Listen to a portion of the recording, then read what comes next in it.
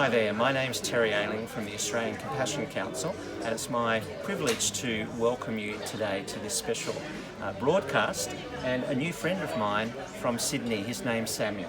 G'day, I'm on the Quantum the Seas World Caribbean International. We have just passed the equator and halfway there to Hawaii. Well, the first time I met Samuel was in the lift. We just found out that we're just a couple of doors down from each other. And when Samuel introduced himself, he said, "Hey, I'm not a girl, just because I've got long hair." Why did you say that, Samuel? Well, because I wanted to let you know that having such long hair does not mean you're a girl. That's right, it doesn't. It just means you're doing something nice to make you feel compassionate about something, like donating people to people with cancer. Wow. So you grow your hair long and then it's cut off and then you donate the hair, and what do they do with the hair? Well, actually, they turn it into a wig and put it for the hair of the people with cancer. Wow. So how long does it take you to grow your hair? 3 years. Okay, and then you have it completely cut off? Totally bald? No, like there. Okay. And how long have you been doing this for, Samuel?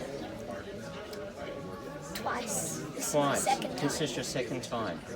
So how old were you when you started? 7. 7. How did you get involved in this compassionate work?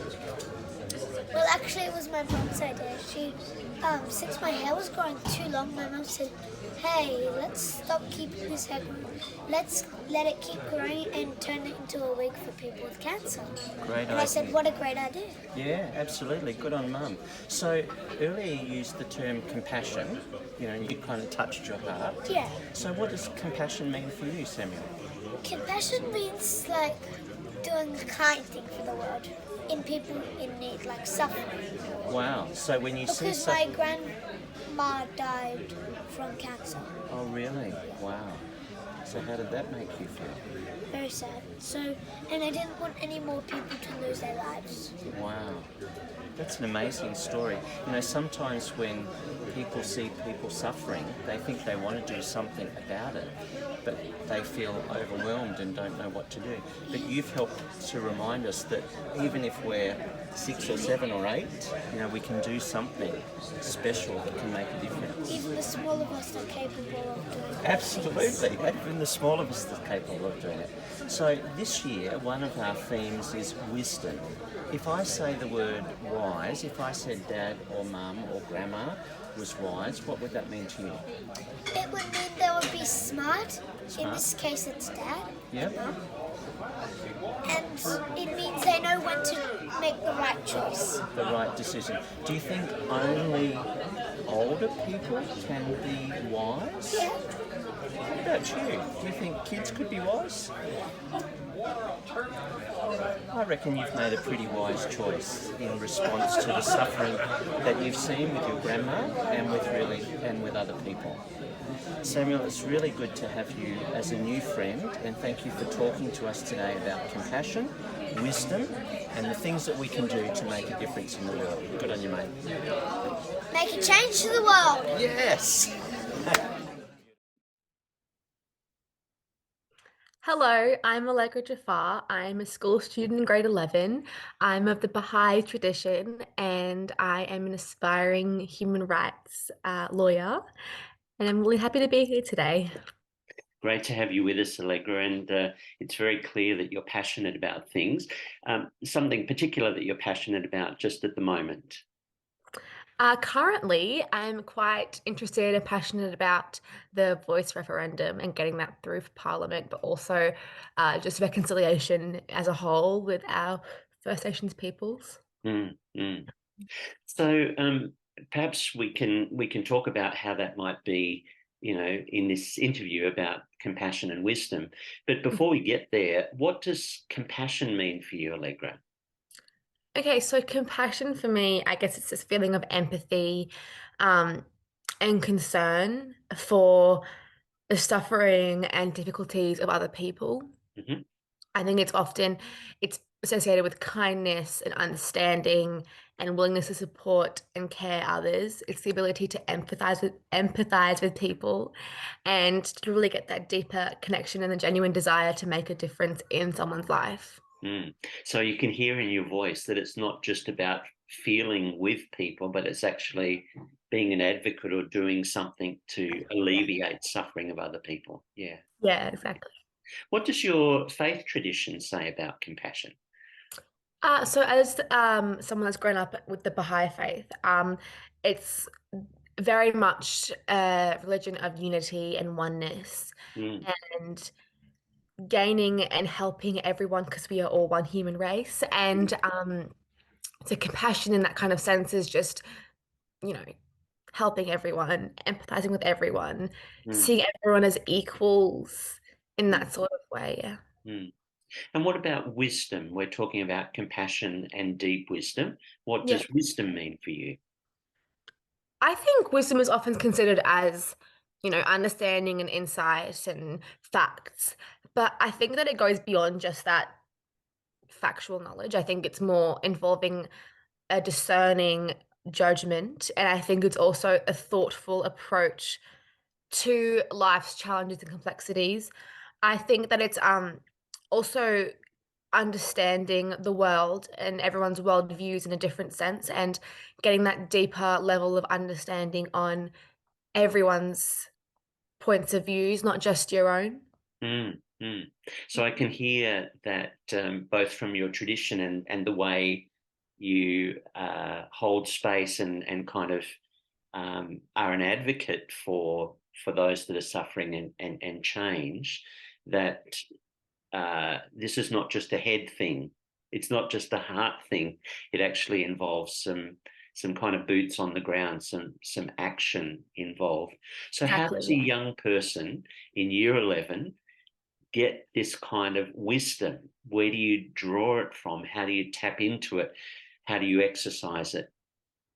Yeah, as I was saying, I think it goes beyond just the critical thinking. I think as a young person, it's more requiring yourself to be open-minded and open to new points of views. I think it's um, making those connections with people, understanding everyone's point of view, being open to seeing things not just from your way, but from everyone's way, and researching into things that you're passionate about and getting everyone's knowledge about it and taking bits from everywhere and kind of making it into your own thing.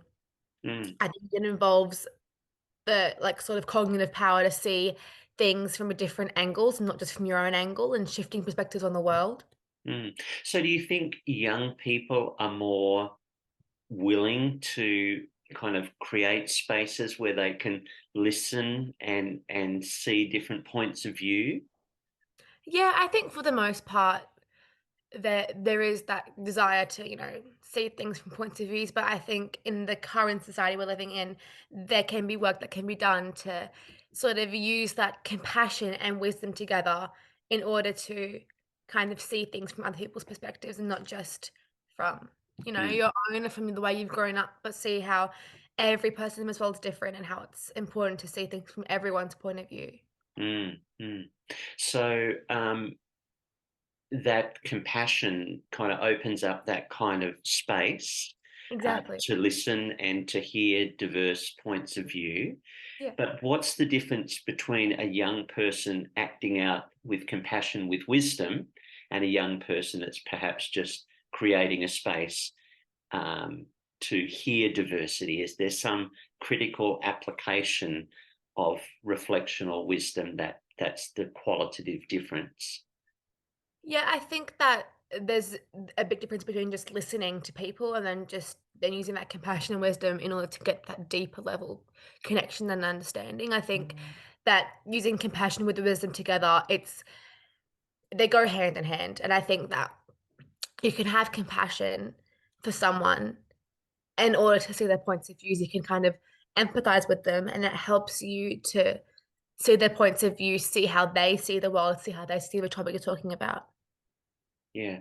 So, in the current situation and the current human rights interests that you have, how do you see compassion and wisdom playing out? Yeah, so I mean, for me personally, I'll just give a personal reflection. I think that I've done a lot of research into the current situation of Australia and our First Nations peoples, and I think that talking to people is the most important thing. And I think that just really connecting with people and getting their points of views and seeing how they view the situation is really important. I also think that as someone who hasn't, experienced what they've gone through and hasn't had those hasn't had that family, deep history of that hardship, I think that you would never know until you've kind of put yourself into their shoes. Mm, And seeing the world and seeing the situation from their perspectives. mm, And I think that it's really important not just to, get this referendum passing through, but also to keep that connection going and to keep it going into the future and to keep working towards reconciliation. I think that's vital. mm. Well, Allegra, it's so exciting to have you with us. You certainly have that kind of youthful energy that taps into our own history and experience, and so necessary at this time in our world. I think you make a terrific human rights lawyer, and I think your understanding of compassion, of common humanity, and of wisdom is really inspiring. So thank you for being with us, Thank you Allegra. so much for having me. I really appreciate it. Good on you. Bye for now.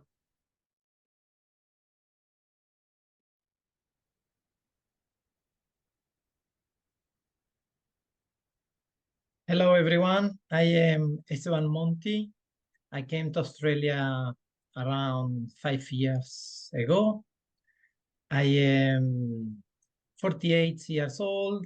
I am a Buddhist chaplain. I am serving in the Mater Hospital in Brisbane.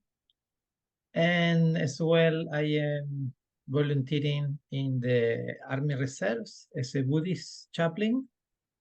And yes, and this is me. I am just a human. Good to have you with us, Esteban. Thank you so much for your time today. We're talking about deep wisdom, as you know, and before we kind of get on to talking about wisdom, I'm interested to know what compassion means for you and through your experience and tradition. Compassion for me is when you don't have a side, and therefore, without the side, without having a side or a team or a point of view, you cannot judge.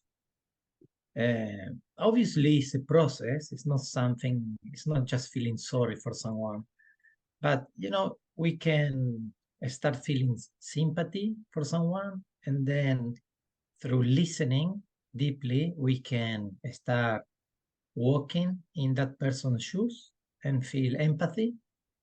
And finally, the last step is to move to compassion. As I said before, is that space in which you cannot judge.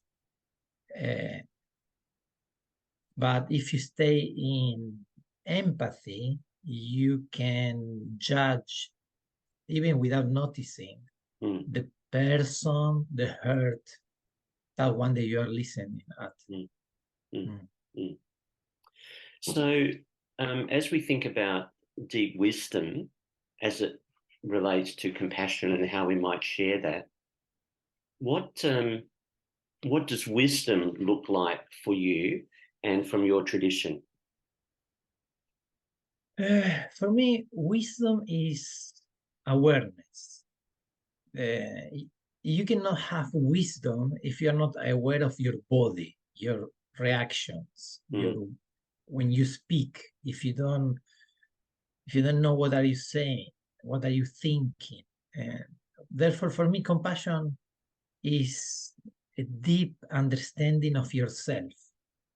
You need to do the inner exploration. You need to stop watching people. Stop watching outside, and you need to start looking at yourself in order to start opening to wisdom. Because again, wisdom is a very vast subject, but the first step is just to be aware about what you do, how do you react to different situations, and that's your wisdom. That's the way in which you interact with society is your wisdom. And obviously So when can you're be aware of things, you can then have some choices about how you might act. That's what wisdom is. That's interesting, because when we talk about choices, I think that we assume that we can, isn't it? We can choose, but I think that we are like an onion made by layers, and each layer is imagine and habitat, and we are just habitudes, and then in order to reach wisdom, you need to work with them. And for this reason, you need time to change a habits. And through that, let's say not changing, but let's say, because everything is perfect as it is at the right moment, but let's say that we can transform, and through that transformation, we can experience joy, we can experience freedom, peace, and basically that's, I think, the journey is through observing your habits,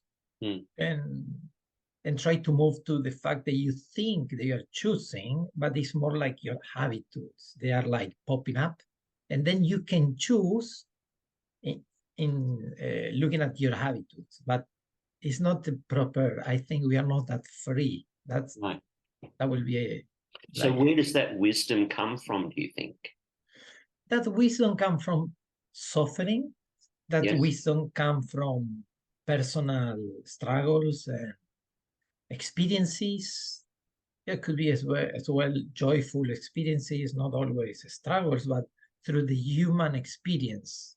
I think we need to surrender, and we need to accept the experiences, because sometimes you experience something, but if you don't accept that experience, you cannot take 100% of that. There is a lot of, if you reject the experience, it's harder to get the wisdom of the experience. The wisdom. And you've, in your own life, experienced quite a bit of suffering, dislocation, and crisis. Yeah. Has that been instrumental in your own gaining of wisdom? Yes, 100%, because help you to be more resilient, and through that resilience, you start to be more and more wise. Once I remember a person said to me, we were talking about role models, like parents, like parenting, and one person said to me, every single parenting is an amazing role model. And I thought, wow, that's interesting, because your dad abused you badly, was a very abusive dad in different ways, physically, emotionally. And he said yes, but he was showing me what don't to do to my son. And I was like amazed how positive and how wise, how much wisdom came from him, because he was able to transform that experience, you see? Because he was aware of what that experience was, and he could make a choice about he didn't want to be like that. Yes, I think he managed to go deeper. He didn't stop in the emotional, layers, and he managed to go deeper, and understand that could be very useful to be used to don't harm his own kids.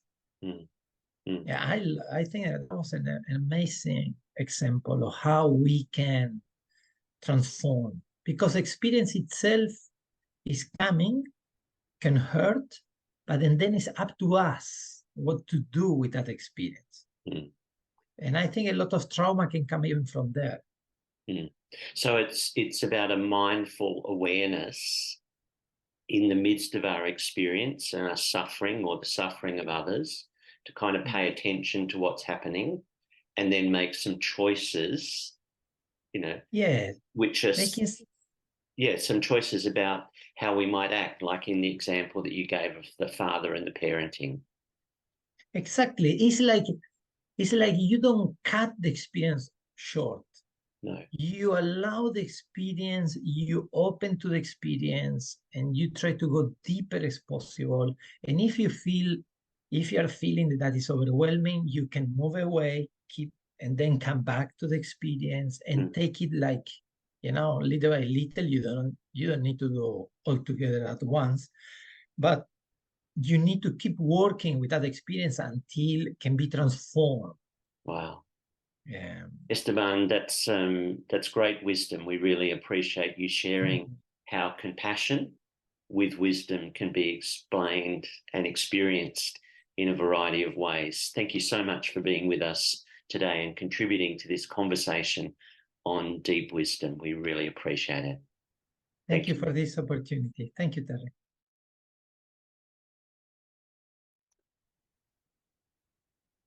Well, it's terrific to welcome you, Glenn.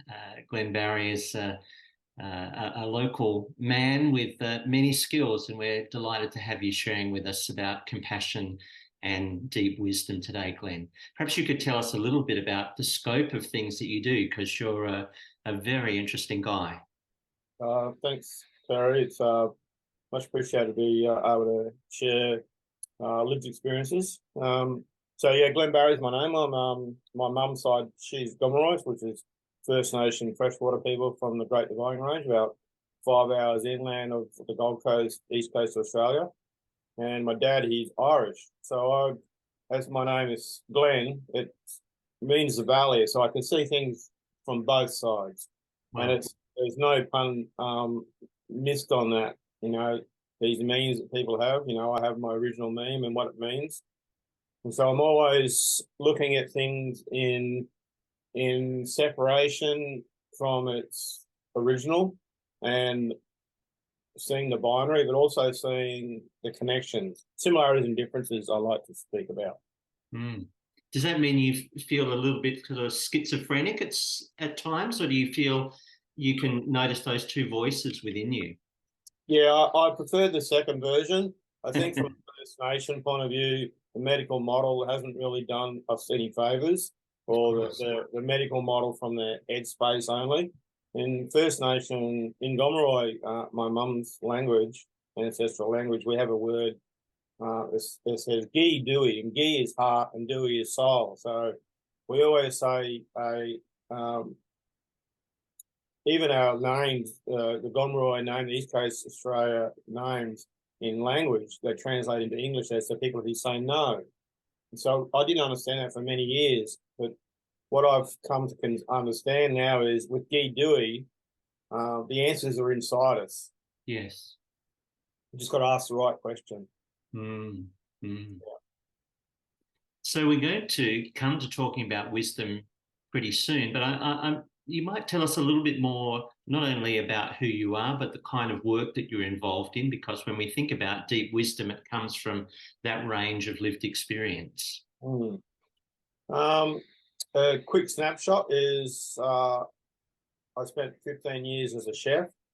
Got into management with my brother in the surfing industry. He was a professional surfer. So we did the world surfing circuit for many years.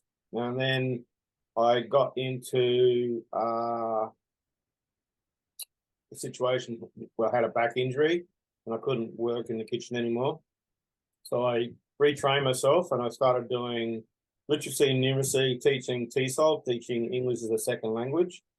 And then I got into, which was at exactly the same time as finding out my Indigenous ancestry, because it wasn't a thing that was sort of spoken about up until my mid-20s. Well, until I actually kept on meeting these elders that were saying, hey, who's your mob, sort of thing. So there was some really cathartic conversations between myself and that schizophrenia side of sorts. So from that, I went into the art world, and that took me into fine art. I went into Aboriginal art at the university, at Griffith University, contemporary Australian Indigenous art. From that into fine art. Finished that, went into digital media. So I did my postgraduate in digital media.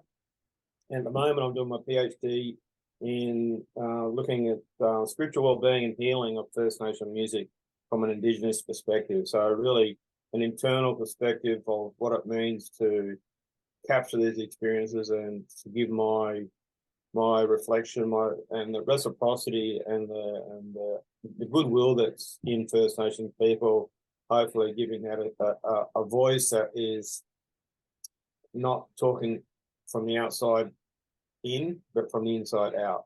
Wow. Yeah. Yeah. And you also have a connection with martial arts? Yeah. So I'm a branch master of a martial art called Shrinji Kempo, which I've been doing martial arts since I was 6 years old. And it's really interesting. In Japanese, they have many different ways to look at life, but the philosophies that are embedded deep within martial arts really strike a chord for me as a man who's coming back to his own ancestral knowledges, that deep wisdom. So I like to use a lot of conversation, sayings. There's one in Japanese in the martial arts, Jutika Juho, not Gotika Goho. And Jutika Juho is about the soft way is the best way, as compared to the hard way, which is crash, crash, crash. I'm the winner, you're the loser. And so really sort of that community conversation, the hito, the person, all depends on the quality of the person. And with that, giving people a chance to see the strength in them, the wisdom in them, the love and strength in harmony, that Ricky Ofuni conversation that we talk about in martial arts. And if they can see that in me, hopefully they can recognize it in them. Because if they don't have it in them, they can't see it in me. So the community conversation of helping everyone grow up is really embedded in the martial arts philosophy. And I get a chance to practice that regularly. Wow.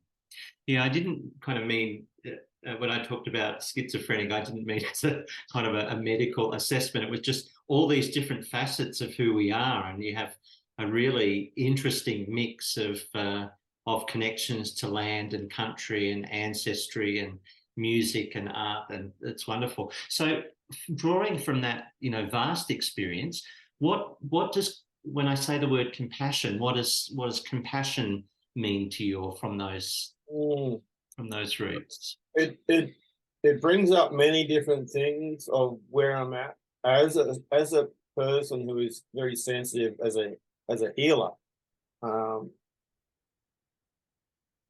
Compassion, I think, has an ideal terminology context in English, but from an experiential point of view, from a sensitive who is literally blind and deaf and dumb, so to speak, but I feel everything as my first communication with the world, with myself and with the outside world.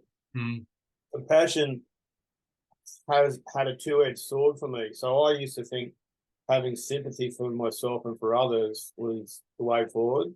And I really had to discern the difference between what sympathy is and what empathy is. So compassion for me is helping people to help themselves, but not doing it for them. Yes. Yeah.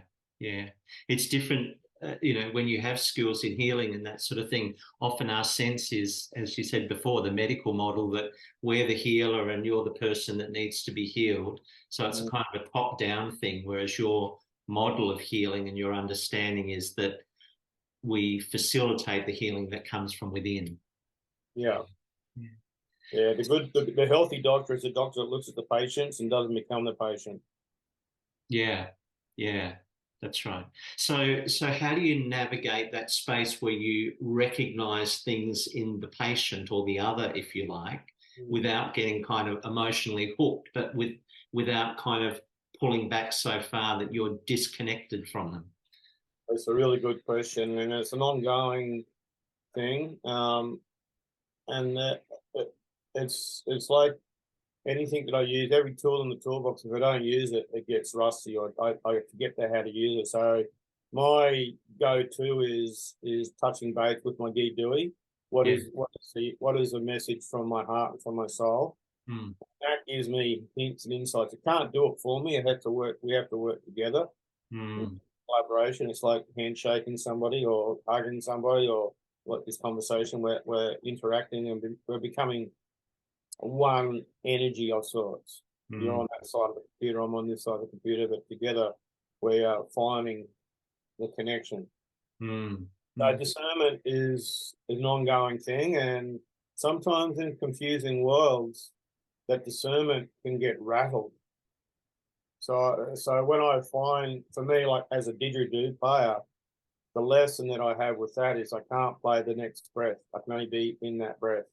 Wow. So when I find that hesitation or feeling like I'm starting to pant like a dog, I feel like my breath is out of sync, then that's the biggest hint from my mind to go, well, what's going on here? Instead of just letting it go for a run, and then I realise I've gone off into some cyberspace sort of hypothetical projection. So it seems that we're naturally flowing into a conversation about what wisdom looks like, where it comes from. You know, sometimes people think that wisdom is just, you know, being clever, thoughts in the mind, but you're talking about something much more deeper, embodied, you know, transcendent. Yeah, there's a thing about, you know, in First Nations community about, you know, uncles and aunties and the elders, and there's a so-called assumption with being an older person, so to speak, is an elder, and therefore by deficit or by default you become wise. And I don't think all of a sudden you're 49 years of age or 60 years of age, all of a sudden you wake up next morning and you become wise. But I don't think it's an age thing. Yeah. I think more so it's the lived experiences and learning what not to do and what to do is an application of that is wise.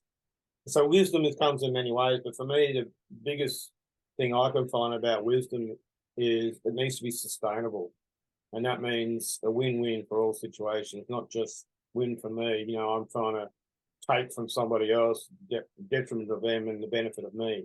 Some proper wisdom for me is community based. Yes. Everybody can partake in it. Everybody isn't stuck at a marginal outpost. So, do you think that's a cultural thing, or do you think all of us can get into that space where we get beyond thinking about self and thinking about community? I think it's a legacy of the Industrial Revolution, to be honest. And so this cultural is something that we've learned what is cultural. You know, we went from horse and buggy to cars, and it's a cold thing to have a car now. You don't have a horse in your backyard. So we learn things, and it's a time-based thing. So time-based teaches us many things, but also puts pressure on us because we only have a certain amount of time. For me, the idea of how do we utilize wisdom in the 21st century is one of my teachers used to tell me, if I don't have a plan of what to do, someone else will have a plan for me what to do. So you know, when you're talking about the yidaki and your breath and focusing on that breath, paying attention to the present doesn't preclude thinking about a future. But it kind of holds you in that space where you trust the present to break open to a future. Yeah. So there's two things there. We have a word for it says bar, B-A-H, and bar means past time, present time, and future time, all at the same time. And so that idea of past, present, future time is, at the moment, I'm thinking not just, you know, when we do acknowledgement of the country, welcome to the country, we acknowledge our past, our elders past, present, and future. And sometimes people think the future is the kids, but it's actually ourselves looking forward. Yes. 10 years, 20 years, whatever, back to what our legacy is now. So which way we look at time is very interesting from a Western point of view. Yeah, and I was interested in what you said before, because my assumption was that in Indigenous communities there was this reference for older people, and obviously there is, but you are also acknowledging that just because you're old doesn't mean you're wise. So, Yeah. so what is it? What is that qualitative difference that whether we're young or old gives us I wisdom? really believe it comes back to Guy Dewey. You know, I know a lot of people that are really, really, really smart, but for whatever reason, they're scared or they don't give themselves permission to balance it out with their heart. Yes. And so wisdom for me is, I guess, coming back full circle to the ideal of what compassion connotes is really not wearing your heart on your sleeve so people can sort of, what's the word? Don't confuse my kindness for weakness. Yes. Yes. So the idea of people that who I have an affinity with, that I see wisdom in, it's a balance of their understanding, but their motivations as well. Yeah. There's some great insights, Glenn, and a lot of things that we can feed off there, mates. So thank you so much for who you are and how you are and all you're doing. It's really making a difference, and this is just heightened by respect for you as a man of compassion and wisdom. Thanks so much, mate. We say, "Nay, Ningu, Maranelawangu, Narale." Our ancestors are always watching. Yalu. Thanks, mate. Really appreciate that.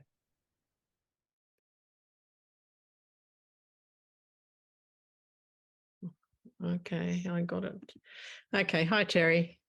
I'm Margo Knox, and I'm 74. I live on the Gold Coast. I'm very interested in wisdom and compassion and the development of wisdom and compassion in aging years.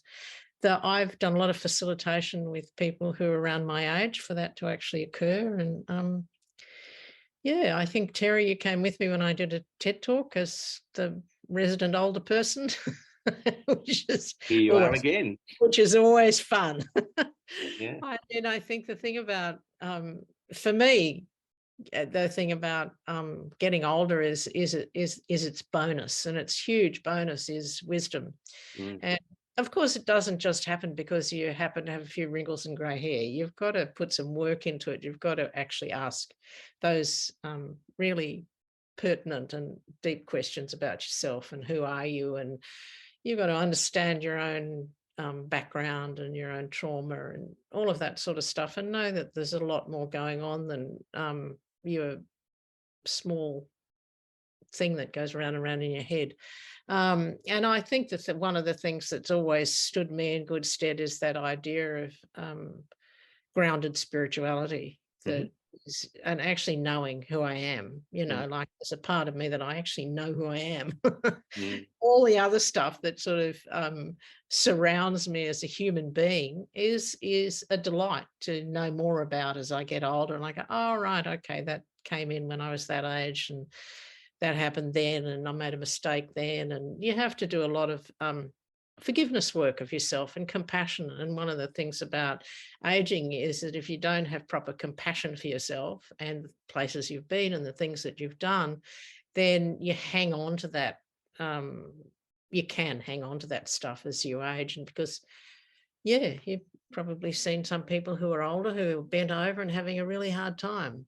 And I suspect, and I don't know, but I suspect it's because those things haven't been dealt with. And it's the same for everybody, because there's a lot of societal ageism in the world, and you've got to stand up against it and push back on it when you find it. And it's everywhere. But internally, you have this gorgeous opportunity to know more and be internal more, and to understand that what is it, that sort of thing that happens. You sort of you go bigger, larger, wider. And it's a thing that actually some societies are very into, and they help their elders to get there. And I mean, you know, like I'm campaigning for the yes voice. It's a big deal for me, and I'm going to go and get trained on it and all that sort of stuff, because I love the fact that they respect the elders that have come up through the particular groups of people. Yeah. And I'm an elder in my family, and I know I am, but I know there's a lot of people who are not, you know, like they're sort of kicked to the side when they're a little bit older, and all the things that go down and all of that. And I'm not trying to fix it all up. And I'm not trying to fix anyone up. I'm just expressing what I understand to be true in the process of aging and the process of wisdom, the getting of wisdom, I guess, or the actually understanding of your own wisdom and being able to stand up and say it. And it's not So against. how come, Margo, some people, you seem to suggest some people, older people, have wisdom and others don't have wisdom. So that's partly come out of your own curiosity, your own self-reflection, your own kind of inner work. Well, that's what I would say wisdom comes from. It doesn't just arrive. I mean, there's, you know, I do an online thing called Legacy Letters, which is where people are writing about their lives. And it's extraordinary. It's just extraordinary. It goosebumps me every time I do it. They talk about, they have a context for which they go back into their life, and they might be talking about their childhood in the 1950s, you know, and because they're looking at it as from a broader perspective, and they're not looking at it through the lens of trauma or resentment or any of those sorts of things. They're actually telling us all something. And it's gorgeous. It's that. And I mean, it's actually true what is often said. If you don't actually have compassion for yourself and respect yourself, you can't actually ask someone else to do it for you. But I know that part of my work is to encourage it, because in our, you know, white Western mob, we don't do a lot of it, you know, like, I mean, some people do. I'm not very good with blanket statements. Some people do it really well, but there's lots of people who don't, you know. So that's. So it involves some investment of time. I mean, it involves listening, as you say, you know, compassionate listening, perspective taking, sort of putting yourself in the other person's kind of shoes, and then doing the inner work to make sure that you're really hearing what people are saying. That's interesting, that, Terry, because you can't actually listen unless you've done your own work. Because if someone talks to you and they're talking to you about stuff that, you know, that word triggers you into a sort of like, oh, I remember that. You can't hear them. It's impossible. You don't hear. You hear something different, or you hear something like, can you go away and stop talking about that? So you have to have a fair knowledge of yourself, and a fair knowledge that what someone's talking about is okay to talk about it, you know, like, and that's a wide range of human experience. And I also heard in your comment about, you know, sort of the solidarity and your respect for First Nations people, because they respect the wisdom of their elders, and you acknowledged earlier that happened in different cultures and perhaps doesn't happen so much in the white culture.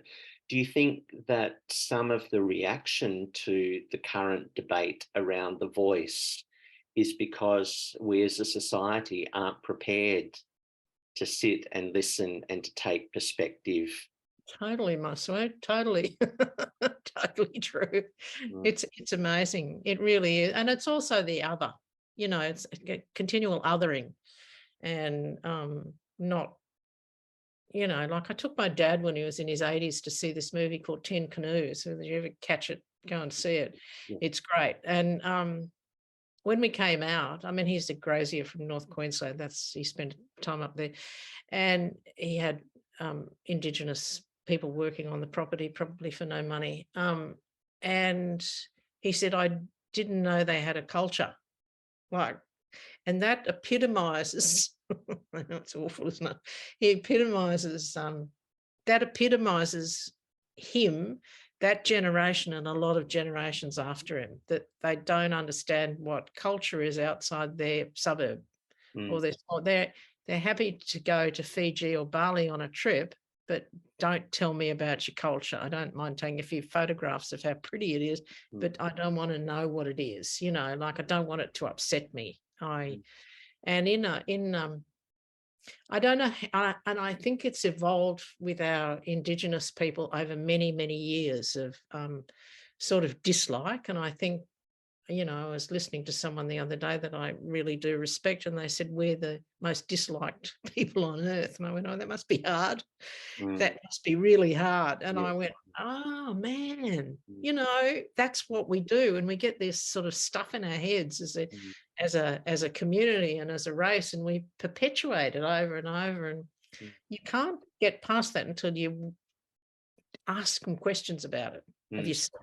Yeah, I'm really interested in the way that you've kind of at least raised in my mind this parallel between what's happening with our First Nations people and what's happening perhaps with our aging population as well, because it's almost like in the same way that we can be dismissive of First Nations culture, we can be dismissive of the history and knowledge and experience of our older resident, you know, our older family members and things like that. We can dismiss it because it's back there. We weren't a part of it, you know. And what's most important is what we have now. It's interesting in family groupings or society groupings that older people generally don't take centre stage, which is okay. I don't think they should. I think centre stage really should be for younger people. However, within the centre staging, it's the idea of actually asking questions and bringing people in and then learning to listen. You know, our society has a lot of focus on youth and beauty and money making, those three things. And when you get older, you don't fit into any of that. And you're not so fast, and you don't want to do a lot of the stuff that you did earlier, but you do want to contribute, and you have a lot to contribute. And I guess the joy for me is actually having a family with some grandkids that I can talk to, listen to me. Yeah. I mean, my family listens to me, but it's that, oh my God, these kids are actually listening to me. They want to know. And it's not always words. There's heart. And, you know, I mean, grandparents all over the world will say, yeah, I know that, but you have to keep it up. Yes. It needs to be embodied, as you say. Totally. Yeah. Margo, this has been a fascinating conversation, and it's clear that wisdom is oozing out of you. It reminds me of the kind of the wisdom of the children, which is very different to the wisdom of our mature age people, but they're able to distill that with the same kind of simplicity through life experience.